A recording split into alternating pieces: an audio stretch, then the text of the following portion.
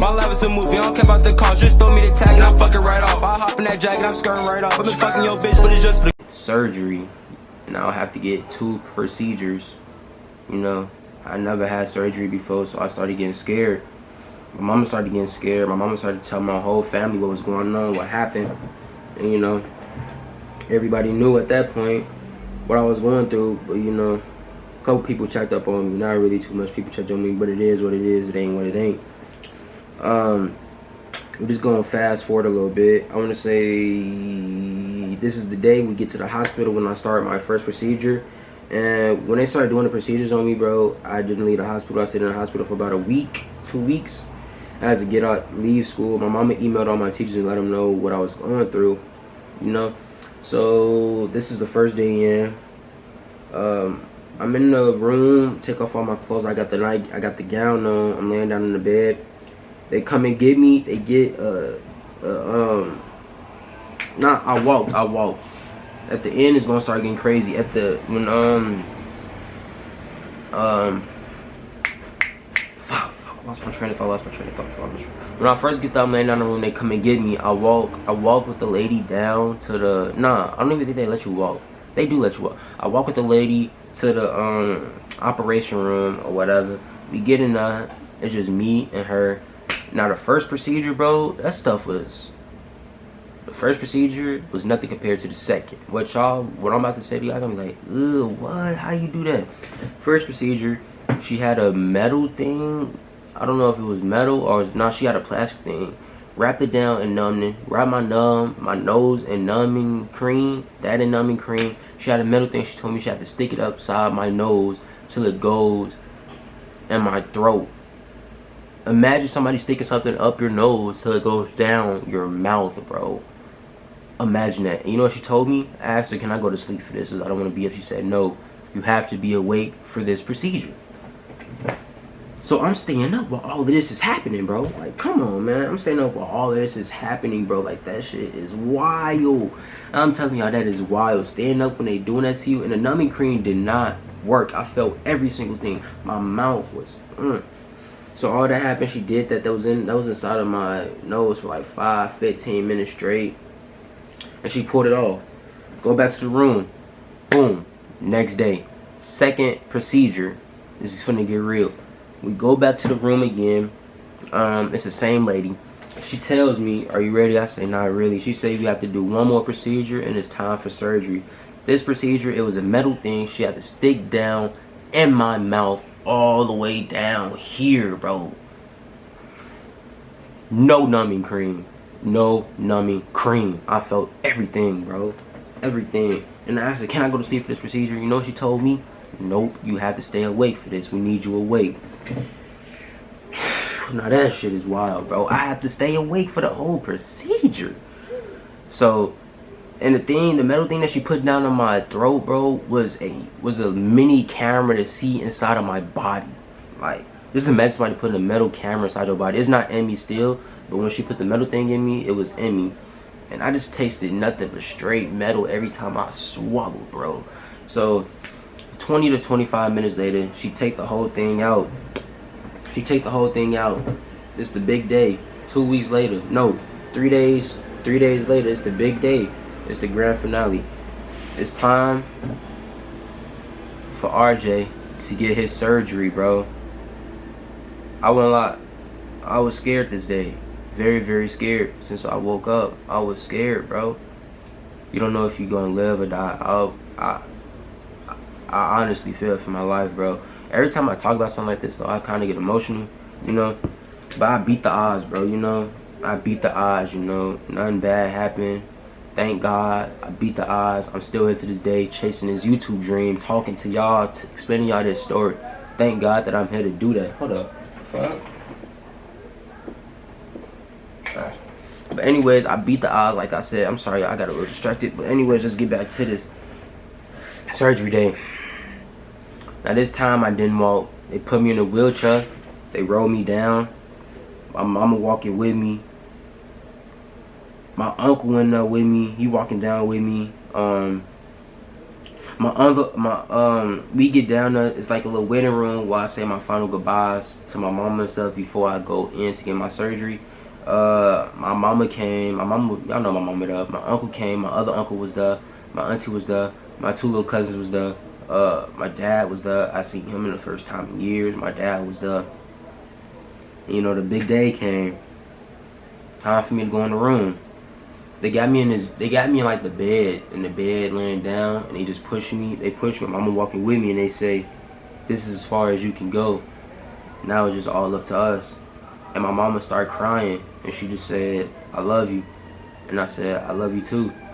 And as I get pushed in the room, the man just talking to me. He said, "How your day going?" I said, "Good." He said, "You're not gonna feel a thing. You just gonna go to sleep and wake right up." Now count to 3 with me. We counted 1, 2. And before I could even say 3, my eyes started going like this, bro, and I was just out. Next thing you know, I wake up. I'm out of the surgery room. I'm in this little thing that's downstairs, not really my room where I'm supposed to be at. I'm downstairs in the bed, and I wake up, and the people right there, and my mama come over there and get me. My mama walked towards me. That's my mama walked towards me. They say he's up, he's up, he's up. Next thing you know, they pushed me back to my room. I fell asleep again.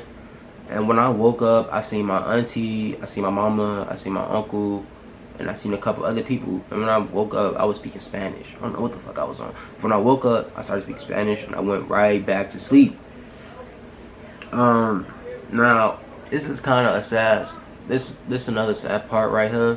I want to say a couple days after, my mama was getting kind of tired, right? So my uncle came over there with me. He like a dad to me. My uncle came in the hospital with me so my mama could go home real quick, get some rest, and wake up and get some food. Cause the day I was in the hospital, my mama been up every single day since I've been there. She haven't left one time. She haven't left my side. So my uncle told her to go home real quick, get some rest, and go get some food, and he was gonna stay with me and watch over me. So my mama come over, kiss me on my forehead, and say, "I love you, and I'll be right back in the morning." And I said, "Okay." So it's just me and my uncle. He in the room. We just talking, you know, taking pictures with me and stuff like that. And then, you know, my mama came back the next morning. He was there. They both came back, and then it was a nurse in there. And then just out of nowhere, I just started shaking, bro. Like I'm like this. I'm in the bed laying down like this, bro. Like I'm shaking. I swear to God, on everything I love, on my grandma, on my soul, y'all. I'm in the bed, my hands moving like this, my head is like this, bro, just shaking, and I'm right there with my mom. I'm crying. I'm like, mom, I can't stop shaking. My mama gets scared. She called the nurse. The nurse comes in. She rushing her. She grabbed by my hand like this, and I'm still shaking. She just trying to calm me down. And after a while, I started getting calm. I kind of calmed down. The reason for that y'all may wondering what happened while I was shaking. When I was a baby, I had very, very bad seizures.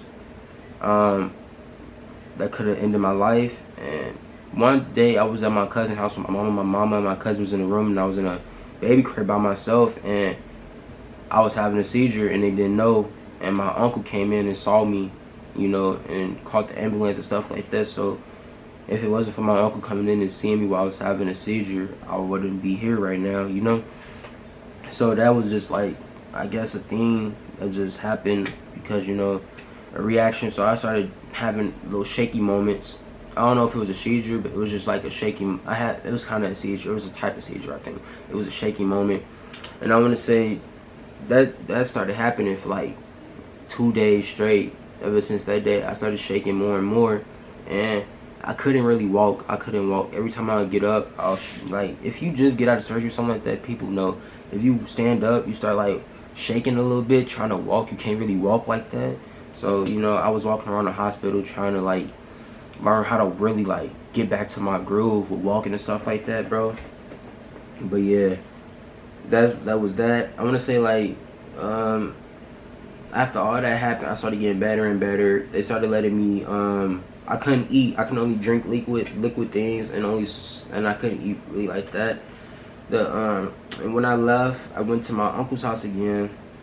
You know, we went back to my uncle's house. after all that happened, I missed like 2 to 3 weeks of school, and I was just laying down on a bed. I missed 2 to 3 weeks of school, you know. I started feeling better and better, and then, you know, I started to eat more and more, and I actually seen myself like gaining weight. So I know like I feel perfectly fine at this time. I forgot to tell y'all what happened what they told me when I was getting surgery. Basically, when I was getting my surgery, they had to cut me open. Basically, I don't know if y'all can see it, but I have like 5 cuts on my stomach, around my stomach. They have to cut inside and put cameras inside of me, you know. And they put, I don't know, and in my stomach they had to that was closed. They have to put something inside my stomach to have my stomach open so that my food can be able to digest. That's basically what they did with the surgery, you know. That's what they told me. And when I got to my uncle's house, everything started feeling better and better and better, you know. But like for a short period of time, I started to like throw up, you know, from time to time, and it felt like I was coughing up acid or something like that. You know, that was happening for the first time and stuff like that. And then after that, that's how it is. I'm sorry for the long video for y'all, man. Y'all probably not even gonna watch this full video, but you know, I just want to make this video, get this off my chest. This is a 27-minute long video. Y'all probably not even gonna watch this, but you know, I gotta see it through, my boy. So this is the end of this video, man. If y'all made it this far, man, I want y'all to comment road to 10K. If y'all made this far, comment road to 10K right now. Comment road to 10K if you made it this far. But anyways, this is your boy Reloaded, aka RJ, man, and I'm out.